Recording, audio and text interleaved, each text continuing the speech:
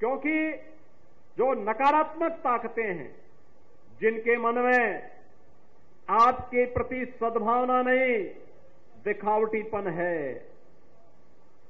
जो राम के अस्तित्व को नहीं मानते, जो कृष्ण के अस्तित्व को नहीं मानते, जिन लोगों के मन में भारतीयता के प्रति कोई सम्मान का भाव नहीं, जिन लोगों के मन में ये कोई भाव नहीं कि दुनिया के किसी कोने में कोई हिंदू प्रताड़ित हो रहा है तो उसके प्रति आवाज उठा सके, क्योंकि उसमें भी उन्हें लगता है कि अगर हम आवाज उठाएंगे तो कहीं यहां उनका वोट बैंक न खिसक जाए।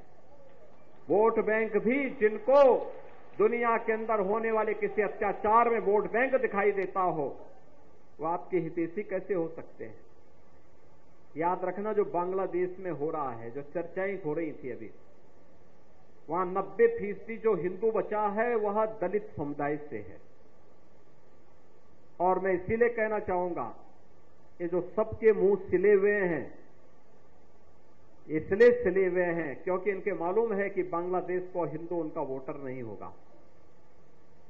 वह हिंदू है, ये हो सकता है उसकी गलती हो, लेकिन हम उसको गलती नहीं मानते, हम उसको मानते हैं उसका सौभाग्य है कि वो हिंदू है और उसकी रक्षा करना हम सबका दायित्व है। उसकी पीड़ा के साथ खड़ा होना हमारा दायित्व है। हमारे लिए वह हिंदू है, एक मानव है, एक मानव के नाते उसकी मानवता की रक्षा करना, उसके जीवन को संरक्षण देने के लिए एक आवाज उठाना, ये हमारा दायित्व है और हम अपने इस दायित्व को निर्वहन जीवन भर करेंगे। ये किसी भी पक्ष और विपक्ष का मुद्दा नहीं, बल्कि मानवता को बचाने का मुद्दा है। राक्षसी वृत्तियां जब भी धराधाम पर प्रबल होंगी, उनका मुकाबला करने के लिए हमें तैयार होना पड़ेगा। भगवान राम तो अयोध्या के राजकुमार थे।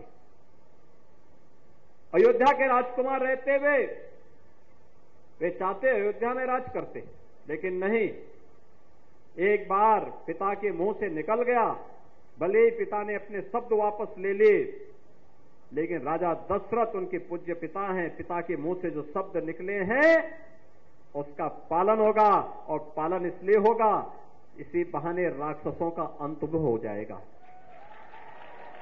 और उसी का पालन करने के लिए वे निकल पड़े थे। और इसीलिए आज मैं आपसे कहने के लिए आया हूं, हम अपने हित और अहित को पहचाने, हम उसको पहचानने का काम करें और देखें कहां और कैसे भला होना है, कैसे विकास होना है, कहां से सुरक्षा मिलनी है, कौन लोग आपके हितैषी हैं, कौन विरोधी हैं, उसके बारे में, और भविष्य को उज्जवल बनाने की दिशा में क्या प्रयास होने चाहिए। अगर हम लोग समय रहते इसके बारे में विचार नहीं करेंगे, आने वाली पीढ़ियां हमें कोसेंगी। क्यों?